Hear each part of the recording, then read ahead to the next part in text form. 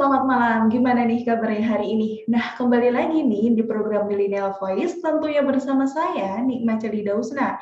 Nah, kali ini kita kedatangan tamu, yaitu dari owner Indomie Rakyat yang ingin membagikan tips mudah menjalankan bisnis di usia muda. Tanya itu saja, dia memiliki konsep yang sangat unik. Nah, daripada Tribuners semakin penasaran nih, kita sambut saja Kak Sauki Farhan. Halo Kak Farhan, gimana nih kabarnya hari ini? Alhamdulillah baik. Kakak gimana kabarnya? Baik? Baik juga Kak. Nah, gimana nih selama pandemi ini kesibukannya ngapain aja? Masih sama yang udah-udah. Ngurusin Indomie Rakyat, AutoCAD, showroom, ya itu aja kesibukannya. Sama nyelesain kuliah kesibukannya. Oh, nah sekarang di masa pandemi ini Kak, kan udah 3 tahun nih Kak. Susah nggak jalanin bisnis ini? Awal-awal ya, kan ada 2 tahap tuh, 2020 Februari Maret kan pertama kali Delta masuk itu down sih, setengah tahun sampai bulan Juli down, Agustus udah mulai naik lagi. Terus di 2021 kemarin yang PPKM lagi itu juga sempat down 2 bulan. Tapi itu ngikutin pasar sih ya. Jadi down itu paling dia di 2 bulan sih. Di bulan ketiga udah mulai balik normal lagi, alhamdulillah. Boleh dong Kak ceritain dikit nih awal Kakak ingin membuka bisnis tuh gimana ceritanya? 2019 itu kan kita emang sering nongkrong ya, hobinya emang nongkrong, hobinya pindah-pindah tempat, nyamperin sesuatu yang baru lagi. Terus akhirnya kita mikir buat kita juga pengen dong punya sesuatu gitu. Nah, awalnya itu kita mau buka wedangan Kak, jadi ala-ala wedangan gitu, cuman yang kekinian, cuman kita nggak nemu unique selling point-nya di situ. Akhirnya kita rubah jadi Indomie Rakyat, yang kita juga nggak mau disebut Warmindo ya, karena buat bangun Indomie Rakyat juga kan prosesnya agak susah juga. Kita kan minta tolong sama teman-teman dari Indofood juga buat support kita sampai kita bisa ngumpulin 30 rasa dari Sabang sampai Merauke yang eksklusif nggak dijual di supermarket bebas gitu. Gitu Kak. Nah, kenapa Kakak memilih bisnis makanan nih daripada clothing atau yang lainnya nih Kak? Kita udah pernah coba bikin clothing tapi nggak grow waktu itu. Terus kita juga udah coba bikin konveksi juga waktu itu nggak jalan. Terus kita namanya bisnis kan nyoba ya, nggak tahu rezekinya di mana gitu. Terus awalnya basicnya emang di otomotif. Jadi kalau boleh cerita, Rakyat itu punya 5 orang.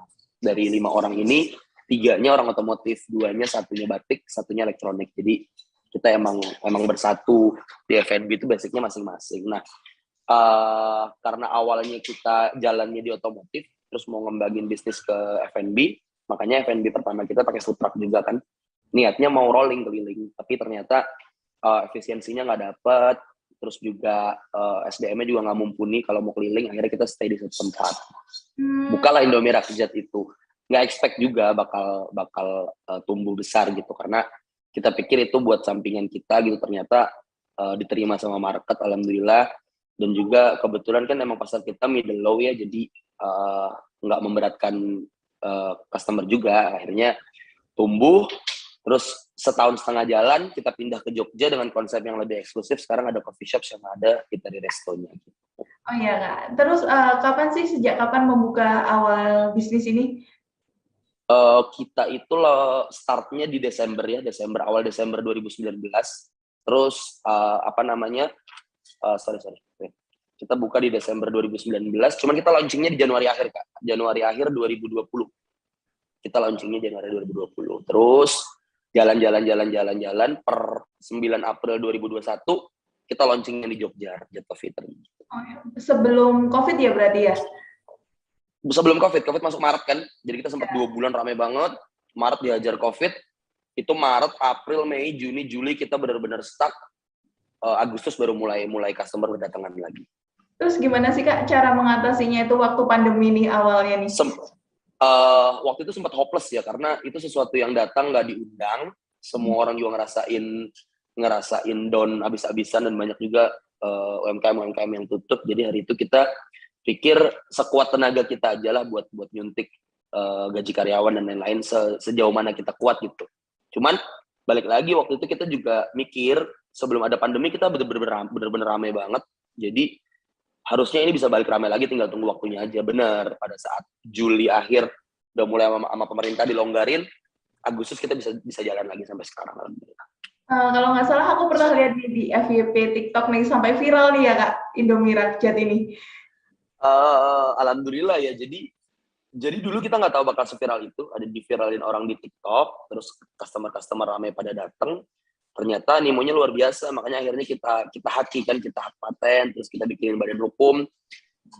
Alhamdulillah ide ini banyak diminati orang. Jadi ada beberapa kota yang udah minta franchise. Cuman kita nggak berani tergesa-gesa ya, takut nanti efek ke belakangnya juga kurang baik. Makanya kita matangin di internal kita dulu, baru mungkin nanti yang Rakyat Coffee Eatery ini mungkin bisa di franchise, karena franchise yang udah berjalan kan khusus Indomie Rakyatnya, yang UMKM-nya doang.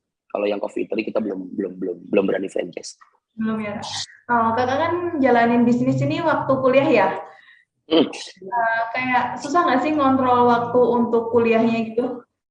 Pastinya dia dikorbanin ya. Jadi dulu awal-awal bisnis kuliah itu kan kita bilangnya bisnis itu nyambi, utamanya kuliah. Setelah berjalan 2 tahun ternyata utamanya bisnis, kuliahnya jadi nyambi gitu.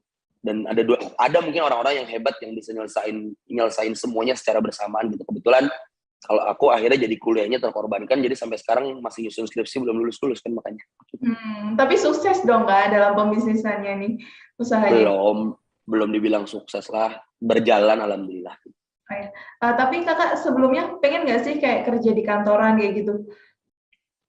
Dulu orang tua aku kebetulan kantoran, karyawan asuransi. Jadi basicnya dulu emang kita pengen ya, setiap orang kan zaman SMA pola pikirnya pengen kuliah, punya IP bagus, lulus, diterima di perusahaan punya jabatan yang bagus lah gitu. Cuman pada saat coba bisnis, ternyata aku nemuin ada sesuatu yang baru di sini gitu. Kita nggak tahu tanggal uang bakal masuk kapan, kita juga nggak tahu kan, kita nggak punya gaji pokok dan lain-lain, dan ternyata punya responsibility, kita harus nanggung banyak orang nih hidup di sini karena kan punya karyawan kan gitu. Lebih jatuhnya enjoy di sini sih, akhirnya ya udah fokusin di sini aja deh. Sejauh mana lah, bismillah, mudah-mudahan lancar. Ya. Kalau boleh tahu awal budget untuk modal ini berapa Kak? Buat Indomie Rakyat yang di Solo dulu, yang UMKM tuh nggak gede, kita patungan 10 juta seorang, berlima 50 juta itu kita bangun. Harapannya dulu kita ngitung tuh BEP mungkin 2 tahun ya. Ternyata di 2 bulan pertama itu udah balik 30% modal kita. Nah, begitu kehajar COVID kan kita minus tuh. Pas bulan Agustus itu sampai kita kan April 2021 buka Rakyat Coffee Eatery Jogja. Nah, berarti sebelum April 2021 tuh Maretnya, alhamdulillah yang 50 jutanya udah balik duluan. Barulah buka lagi yang baru di Jogja kita. Terus sebelumnya ada kendala nggak sih Kak untuk menjalankan bisnis ini? SDM sih dulu, aku juga belajar ya buat bisa bentuk teamwork yang bagus, SDM yang bagus, yang bisa diandalin. Ternyata nggak segampang itu, karena aku punya Indomie Rakyat itu bener-bener 2 tahun pertama aku yang kerja gitu, sampai akhirnya kita nemu SDM satu-satu yang bisa jalan sendiri, bisa punya pola pikir, rasa memiliki yang sama kayak kita, akhirnya bisa autopilot kayak sekarang. Terus susah nggak kayak mengatur kerjasamanya nih sama 5 orang ini Kak? Nggak, alhamdulillah kita yang 5 orang ini udah dari awal udah emang takut sih dulu awalnya, pecah nggak ya pertemanan karena bisnis gitu. Ternyata enggak sih, sejauh ini kita ya minus kita pikul bareng, apalagi untung kita bagi bareng kan. Iya. Boleh nih Kak kasih semangat buat Tribuners di rumah nih, tips untuk menjalankan bisnis di usia muda nih Kak. Aku bingung kalau suruh ngasih tips sih. Aku juga jalan nggak ada tipsnya soalnya. Jadi ya yang penting kita usaha ya, coba, dan jangan gambling lah. Maksudnya bisnis itu penting, gambling, cuman kita harus tahu kalau misalnya kita gagal, plan B-nya mau ngapain gitu. Jadi uang modal yang kita keluarin nggak boleh habis sia-sia gitu. Karena berbisnis sama berdagang itu beda. Kalau kita dagang, kita beli satu barang, kita tahu HPP-nya, kita jual, kita dapat untung atau rugi, cuma ada 2 pilihan. Tapi ketika kita berbisnis tuh, kita benar-benar beli banyak banget equipment yang kalaupun nggak jalan, ini nggak bisa dijualin lagi, jadi benar-benar angus duitnya gitu. Jadi kalau mau buka bisnis, buat aku dipilah dan dipilih lagi. Kalau misalnya belum yakin, ya diyakinkan lagi. Dan ya udah buka, jangan takut gagal. Kalau emang gagal ya berarti nggak rezeki.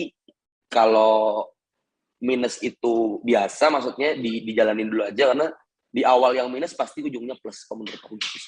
Nah, itu tadi Tribuners tips dari Kak Farhani. Nah, kalau boleh tahu nih Kak, konsep dari Indomie Rakyat ini kayak gimana sih Kak? Indomie Rakyat itu kita berusaha hadir di benar-benar middle ya gitu. Karena kan kita tahu banyak banget warung Indo di Indonesia ini banyak banget.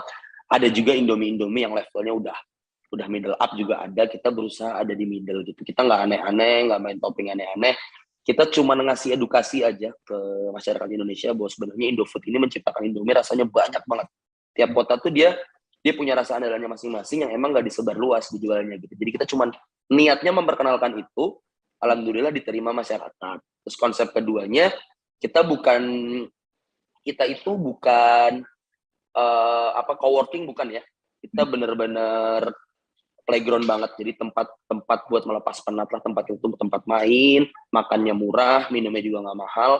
Ada live music seminggu 3 kali, ngadepnya sawah. Silahkan dinikmati gitu aja. Oh, berarti konsepnya banyak banget ya, Kak? Kayaknya seru nih. Kalau boleh tahu tempatnya di mana, Kak? Nih. Kalau yang sekarang kita di Jalan Gatik Perumnas, Jalan Dabak, Perumnas Gatik itu di Seturan. Di belakangnya UPN, di belakangnya Ambarukmo Plaza, di depannya Gubuk Kopi. Di Google Map ada kok, searching aja Rakyat Coffee Anytime. Oke nih. Nah, berbicara soal bisnis nih, Kak. Perlu nggak sih menyiapkan mental nih? Kan biasanya ada up and down gitu kan. Gimana sih menyikapi mental ini? Kalau disiapin mentalnya nggak siap-siap nanti, jalan aja dulu. Mending jalan dulu. Kalau jalan, alhamdulillah. Kalau nggak jalan harus diputar otaknya gimana caranya biar tetap jalan, itu aja sih kalau buat aku. Terus waktu untuk belajar bisnis nih berapa lama nih, Kak? Nggak ada waktunya, kita belajar sambil jalan. Sampai hari ini juga masih belajar. Oh, masih belajar ya? Berarti masih belajar sampai hari ini. Niatan dari dalam diri nih? Karena itu pilihan, jadi kalau emang yang pasti bisnis itu nggak safe ya, akan safe pada waktunya gitu. Jadi kalau emang dari awal pengen yang safe aja, lebih baik berkarir sih kalau aku. Cuman kalau emang suka sesuatu yang menantang, kalau gagal tahu mau ngapain lagi, terus kalau misalnya ini tutup tahu harus buka apa lagi, boleh dicoba tuh berbisnis, karena suatu hari pasti akan safe kok gitu. Nah, ini kan tadi Kakak udah jelasin nih. Nah, ada yang harus diperhatikan nggak sih untuk awal membuka bisnis nih? Aku kan teamwork ya, berlima ya. Jadi yang paling penting di berlima ini mengesampingkan uangnya dulu. Jangan apa-apa uang, karena uang itu jahat banget. Itu bisa mecah pertemanan, saudara aja bisa pecah, apalagi teman gitu. Kita visi misinya disatuin dulu. Yang penting kita ini tumbuhnya bareng. Ya. Kuncinya gini, dari 5 orang ini pasti ada kok yang awalnya lebih capek daripada yang lain gitu. Karena kayak sebuah mobil nggak akan gerak kalau nggak ada mesinnya, nggak akan gerak kalau nggak ada driver. Jadi capek kita yang mungkin lebih capek daripada teman-teman kita itu sukarela diikhlaskan gitu. Karena suatu hari nanti kalau udah jalan, kita bisa kok bagi job desk ini. Jangan job desk dibagi di awal, karena buat aku kalau job desk dibagi di awal, kinerja sama tenaga tiap orang tuh nggak bisa disamain. Jadi kita tentuin visi misinya, ayo jalan, siapa yang mau lebih capek daripada yang lain, pada saat jalan baru nih udah jalan nih.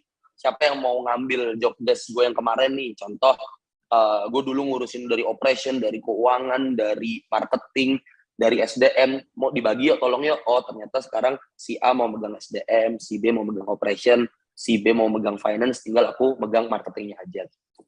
Tapi pernah nggak sih mengalami kendala, Kak, kayak ada satu orang nih kayak kesusahan, kayak nggak mau ikut lagi kayak gitu? Kan pasti. Berantemnya pasti ada, ributnya pasti ada. Yang paling penting nggak boleh keucap kata pecah. Jadi harus ada yang ngalah. Aku bilang kayak tadi, kayak awal-awal buka tuh kan capek banget ya. Kita harus into di sana. Apalagi sebelumnya kita punya bisnis lain, kayak aku ngurusin mobil, mungkin temanku ngurusin elektronik.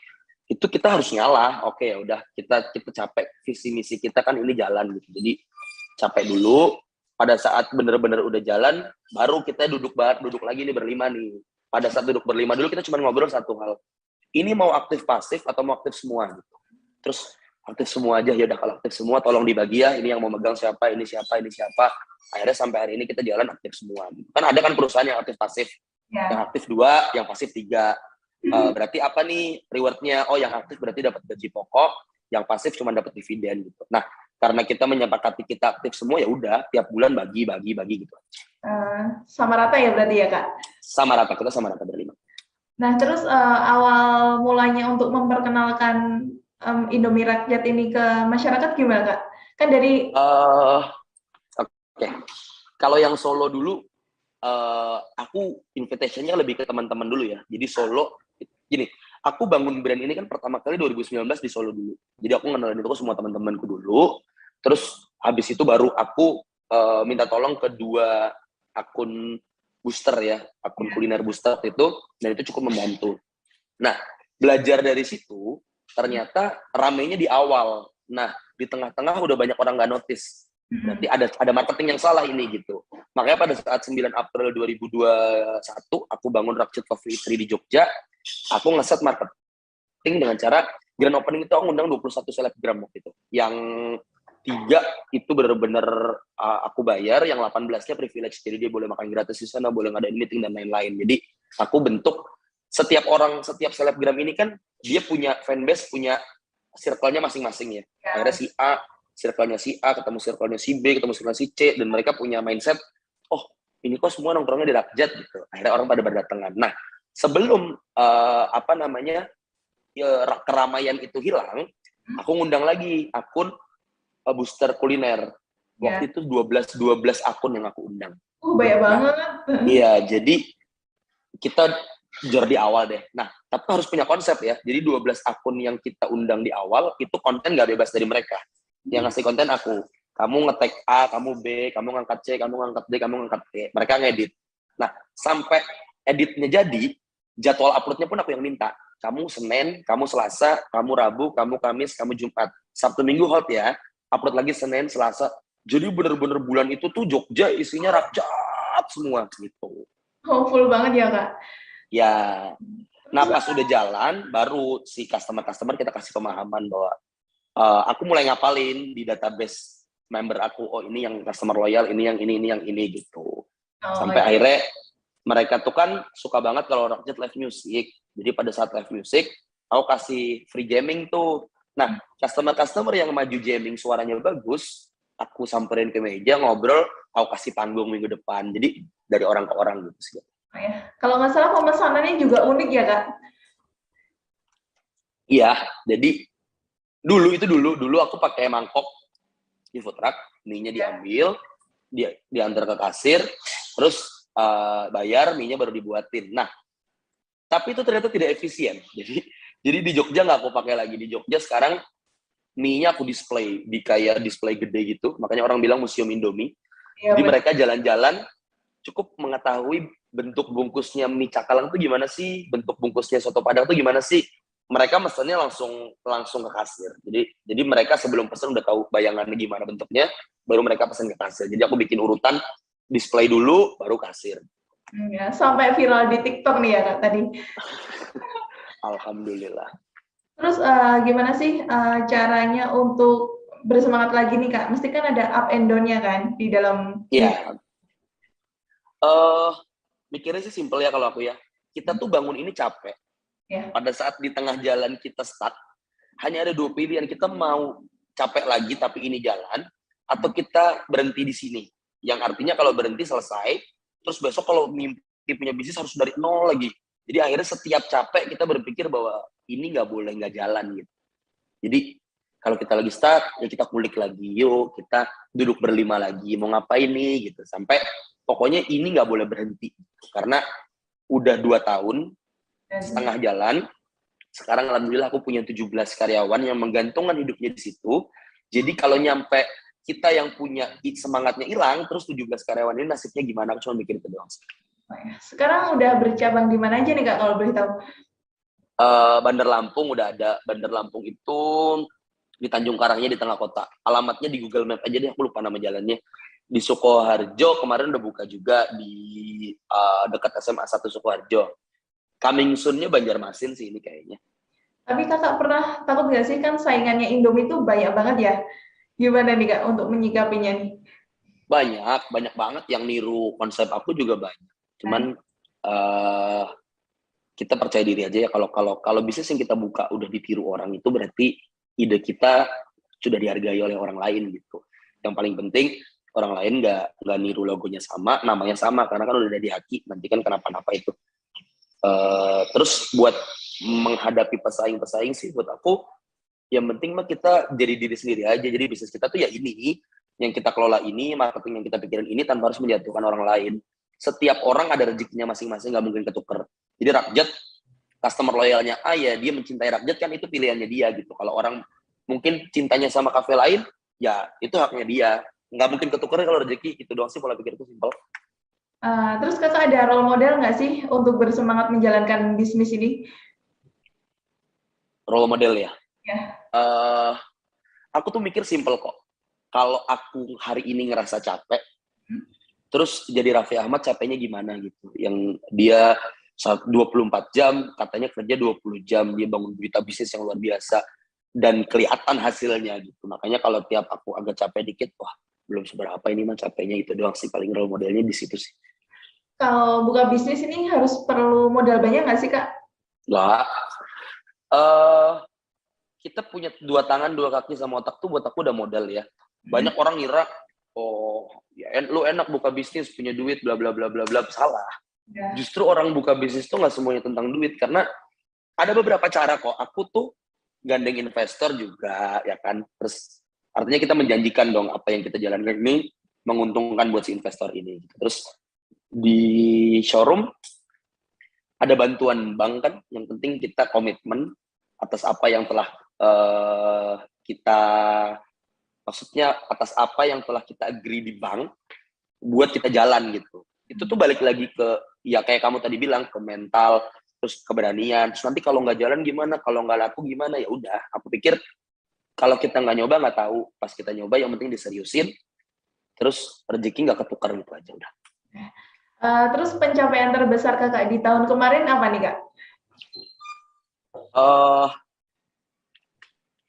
Apa ya?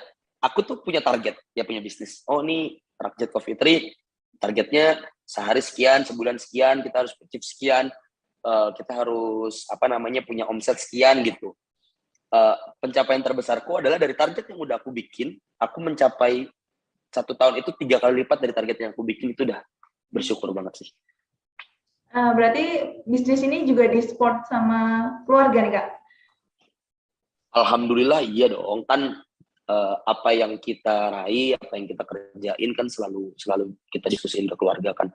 Minta restunya, minta ridonya gitu. Restunya dari keluarga, ridonya dari keluarga, setelah membuahkan hasil kan buat keluarga juga. Iya, benar banget sih, Kak. Nah, terus gimana sih caranya untuk bertahan di masa pandemi ini, Kak? Inovasi ya, kita nggak boleh ngelawan pandemi, kita nggak boleh ngelawan pemerintah udah buat aturan. Yang paling penting buat aku, kita ini kan jualan makanan dan minuman, jadi ya udah kita berusaha buat semua customer. Kalau pemerintah minta, contoh kayak sekarang di PPKM level 3 atau level 2 di Jogja, live music tolong dikurangin ya, kata pemerintah kemarin. Oke, berarti dari seminggu 3 kali jadi seminggu sekali gitu. Terus jaraknya lebih dilonggarin lagi, tiap kursi kita turutin juga. Tinggal caranya kita ngepres aja gitu. Kayak sekali ini PPKM level 3, jam tutupnya juga nggak boleh terlalu malam, sama live music dibatasin. Akhirnya kerubah shiftnya dari dulu yang biasanya 2 shift, selama PPKM 1 shift dulu. Ntar kalau peraturan udah longgar, kita balikin 2 shift lagi. Yang penting mah jalan aja deh kalau. Terus ada suka dukanya dong, Kak, pastinya waktu menjalankan bisnis nih. Boleh dong? Ada banget ya. Dukanya waktu awal pandemi ya, kamu bayangin aja di 6 bulan, selama 6 bulan itu kamu punya bisnis minus, nggak ada profitnya, minus, dan punya karyawan. Jadi kuat-kuatan mental aja, ini kita mau suntik terus tapi bertahan, atau mau kita tutup aja deh, nggak menguntungkan gitu. Alhamdulillah aku berlima hari itu, ini pasti jalan kok, kita suntik lagi. Pasti jalan, suntik lagi. Sampai akhirnya trampolin gitu. Alhamdulillah sekarang jalan. Selama pandemi yang sekarang, Omikron ini sesepi-sepinya, yang penting operasional ke cover, semua karyawan kebayar, gajinya, investor juga kebayar. Yang buat kita, kalau kita nggak sebanyak kemarin, nggak masalah deh. Yang penting mah jalan gitu aja. Terus waktu buka bisnis ini ada yang ngeramehin kakak nggak nih?